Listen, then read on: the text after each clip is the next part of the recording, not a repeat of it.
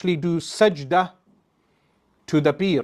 This is found that there are people who actually carry out sajda to their spiritual guide. Some of them are so misguided, they will do sajda to the graves. Some of them will do tawaf of the graves. Some of them are misguided to the point that they do not rely upon Al-Qur'an Al-Kareem for their shifa. They perhaps will go to the person for a ta'weed and believe that ta'weed alone will cure them, not resorting to acting upon the deen of Al-Islam, which is praying the 5 daily prayers, as well as the women wearing hijab. So many times you have the women not dressing appropriately and approaching the Pir Sahib. The so-called Pir Sahib will not command the women to dress modestly in accordance with the Sharia of Allah subhanahu wa ta'ala. In fact, some of them will wear makeup when approaching the Pir Sahib. They will not cover their faces in accordance with the law of Allah.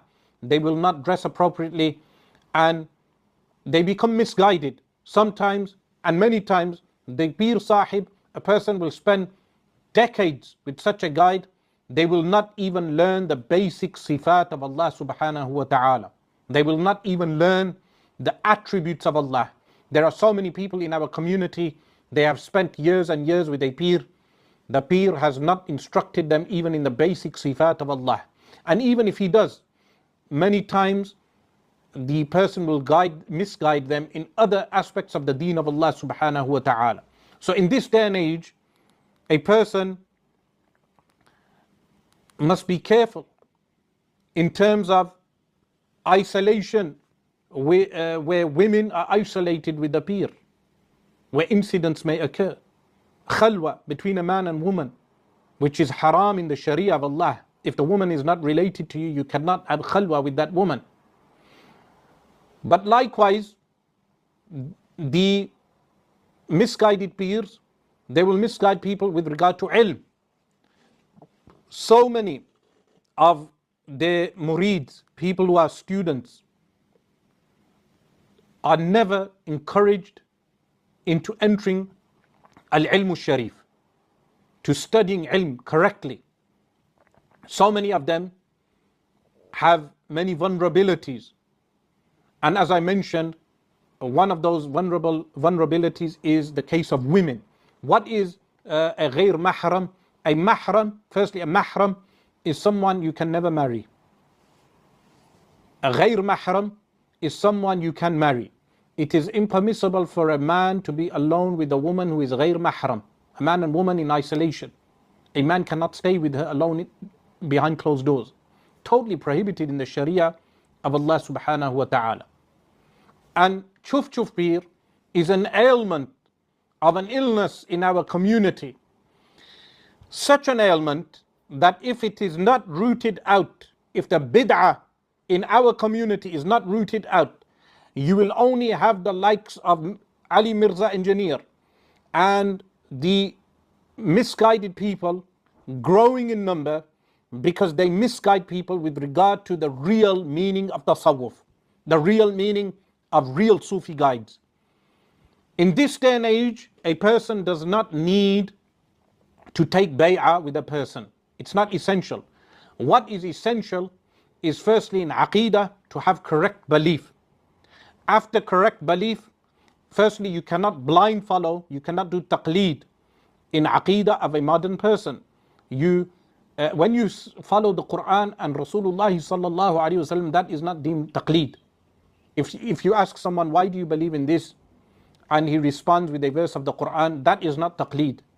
If you ask them, why do you believe in this, and they respond with a hadith of Rasulullah sallallahu alaihi wasallam, that is not taqleed. Taqleed is that when your peer becomes misguided, you become misguided with him. That is real taqleed.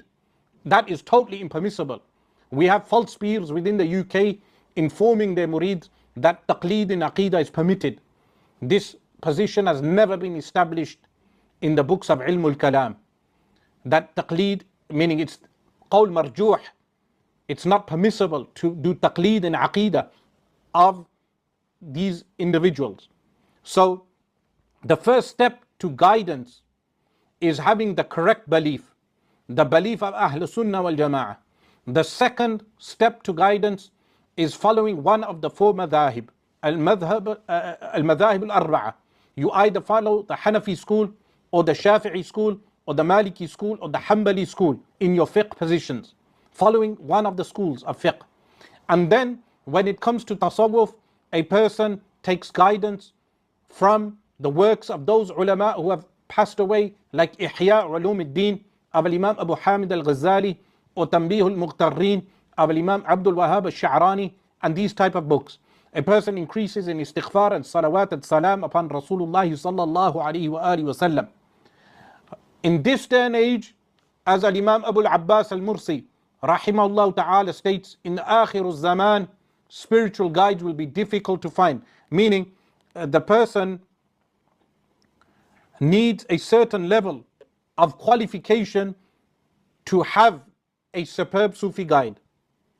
But to reach that level of qualification, the means of attaining that is through iltizam sharia, following the sharia, which is only according to one of the four madhabs, and then increasing in salawat and salam upon the best of creation, sallallahu alayhi wa alihi wa sallam.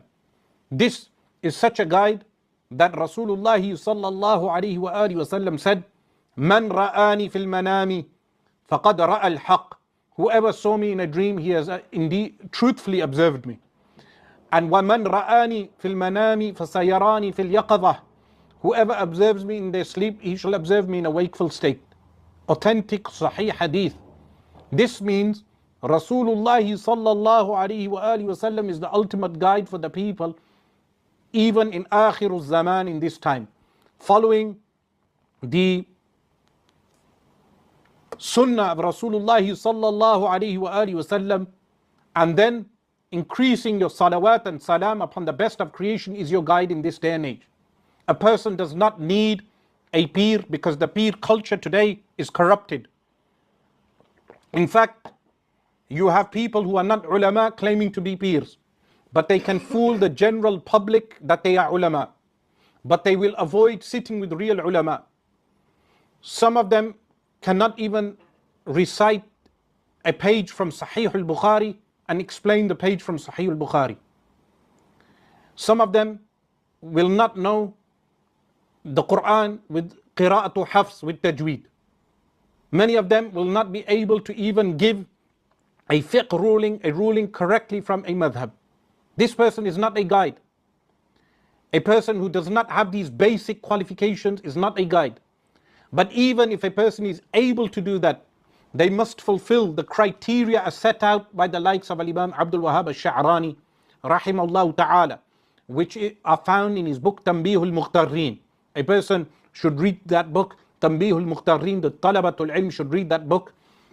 The ulama, the Shaykh should sit down and read that book with their students, so we know the guidelines of a real person who follows the way of as-salafu salihun, the pious predecessors. That book is full of the conditions that are needed for a person to guide people. If a person claims to be a guide today, a Sufi guide, he must fulfill those conditions which are set out in Tanbih al-Mughtarrin. This is why I mentioned to many of those who claim to be peer up and down the UK that when you interact with me, I will bring up those conditions of Imam Abdul Wahhab al-Sha'rani. This is our right. Meaning the haqq of al-ilm is that you fulfill those conditions. If you make a claim today of being al-Ghawth, you claim to be al-Qutb, you claim to be Abdal, you claim to have a spiritual rank, then we will take you and measure you in accordance with the conditions laid down by awliyaullah as-salihun, like Imam Abdul Wahhab al-Sha'rani rahimahullah ta'ala. If a person makes a claim, he will be tested according to that claim. Wal-iyadhu billah. So, chuf, when he comes to the UK, our public must be warned with regard to the scam, the fleecing that is occurring. People need guidance on looking after their health. They need guidance with regard to nutrition. They need guidance with regard to their mental health. They need guidance with regard to Al-Qur'an al-Kareem and taking cure from Al-Qur'an al-Kareem, taking the shifa from Al-Qur'an al-Kareem.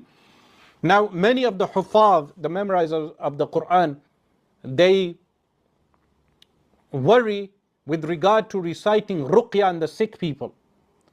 They should not desist from reciting ruqya on the sick people. They should recite ruqya upon the people who are sick in accordance with the sunnah and the guidance of Rasulullah sallallahu alaihi wasallam. Additionally, when you have ruqya recited upon you, so many people, they take their women folk to the spiritual healers.